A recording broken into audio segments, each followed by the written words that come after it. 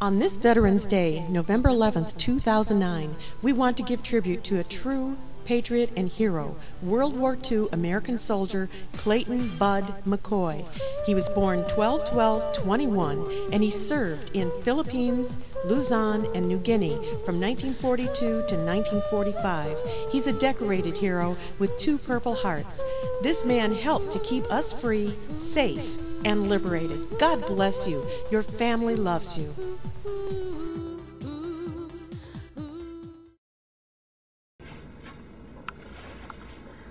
This is Clayton McCoy in probably 1943 or 1944. We don't quite have the dates right yet, but we will get the dates. This is his Army picture with all his medals.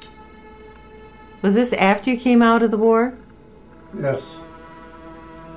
Okay. You can take away the picture now. Yep. I think I'm reflected in that picture. I have a question. Sit back, Dad, so I can see in the camera. And what? Who is the commander of Allied forces when you were in New Guinea? MacArthur. MacArthur? It was MacArthur. Yeah. And what did he say when he was in the Philippines? He had to leave. I'll be back. I shall return. But, About the war. Oops. Very few people that were in the war talk about it. I will tell you that I was in the jungles of New Guinea and later into the Philippines. And I was blown up twice by the Japs. Well, start right from the first 3 months in the Army. A man come and said, McCoy, they want you at headquarters.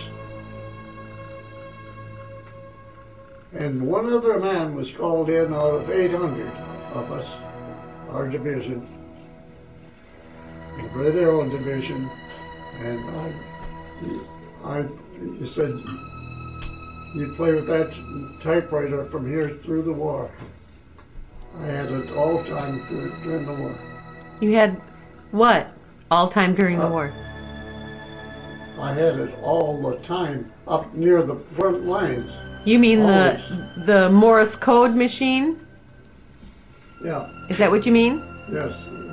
Before they, at the first 2 years of that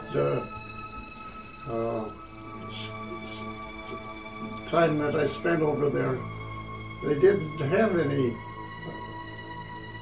radios like we've got them today. We had to send it all by telegraph. We had a code maker.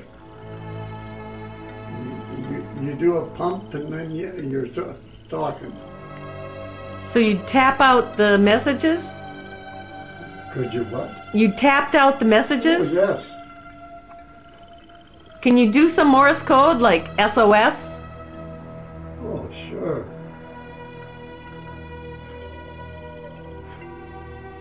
What do you mean, sure? What do you want me to do? Do SOS. Did it, da da da, did it. One time that the colonel was over a little ways from me, and we were taking an attack on a large hill, and the enemy was throwing bombs into us. And I had to get on that radio and in clear text, I says, turn it off, we're being hit. And I don't know how many got killed, but quite a few. Did you take any prisoners? They took them, I talked to them.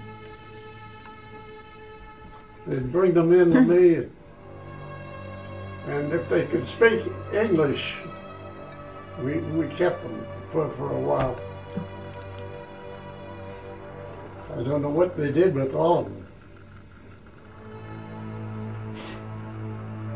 Did you ever have to shoot anybody? No. Yes, a couple. It's okay. Talk about it, Dad. Don't talk that, eh? No, talk about it. It's okay. You'll feel better, really.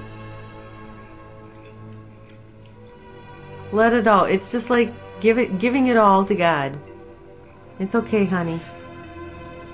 Well, when I was blowing up the first time,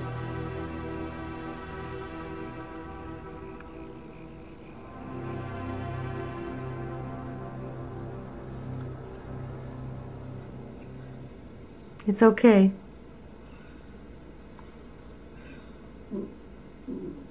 the colonel carried me out. He rushed me to one of the hospitals that would be a tent a couple miles away. And they took care of me real quick. But 3 other men were blown up worse than I was. You survived. What? I survived.